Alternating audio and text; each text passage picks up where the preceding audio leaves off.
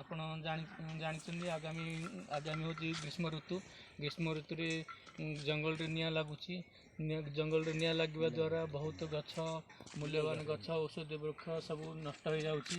ତେଣୁକରି ଆମେ ଆଜି ଏ ଗାଁରେ ଏଠି ଶପଥ କରିବା, ଜଙ୍ଗଲରେ ଯେମିତି ନିଆଁ ନ ଲାଗିବ।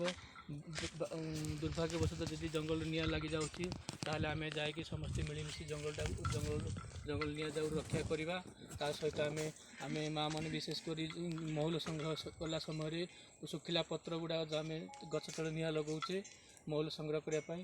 ସେ ନିଆଁ ଯେମିତି ଜଙ୍ଗଲକୁ ନ ବ୍ୟାପିବ ସେଥିପ୍ରତି ଆମେ ଯତ୍ନ ହେବା। ତା ସହିତ ପାଖ ପଡ଼ିଶୀ ଗାଁରୁ ଯେତେବେଳେ ବନ୍ୟଜନ୍ତୁ ଶିକାରୀମାନେ ଆସି ବନ୍ୟଜନ୍ତୁ ଶିକାର କରୁଛନ୍ତି ସେମାନଙ୍କୁ ରୋକିବା, ଶିକାର ନ କରିବା ପାଇଁ ଆମେ ତାଙ୍କୁ ପ୍ରତିରୋଧ କରିବା। ଆବଶ୍ୟକ ତଳେ ବନ ବିଭାଗକୁ ଖବର ଦେବା। ତା ସହିତ ଆମ ଜଙ୍ଗଲକୁ ଆମେ କେମିତି ସୁରକ୍ଷା କରିବା, ଆଉ ବିଶେଷ କରି ଆମର ପୋଡ଼ୁ ଚାଷ ଯେମିତି ଆମେ ନ କରି ଆମ ଜମିରେ ଆମେ ଯେମିତି ଚାଷବାସ କରି ଆମେ କେମିତି ଗୁଜୁରାଣ ମେଣ୍ଟେଇବା, ଆଉ ଆମ ଜଙ୍ଗଲକୁ ସୁରକ୍ଷା କରିବା, ଆଉ ଆମ ଆଗାମୀ ଗ୍ରୀଷ୍ମ ପ୍ରବାହରୁ ଜଙ୍ଗଲକୁ କେମିତି ନିଆଁ ଦାଉରୁ ମୁକ୍ତ କରିବା, ଆଜି ଆମେ ଶପଥ ନେବା। ଏତିକି କହି ମୁଁ ମୋ ବକ୍ତବ୍ୟ ଶେଷ କରୁଛି। ଧନ୍ୟବାଦ।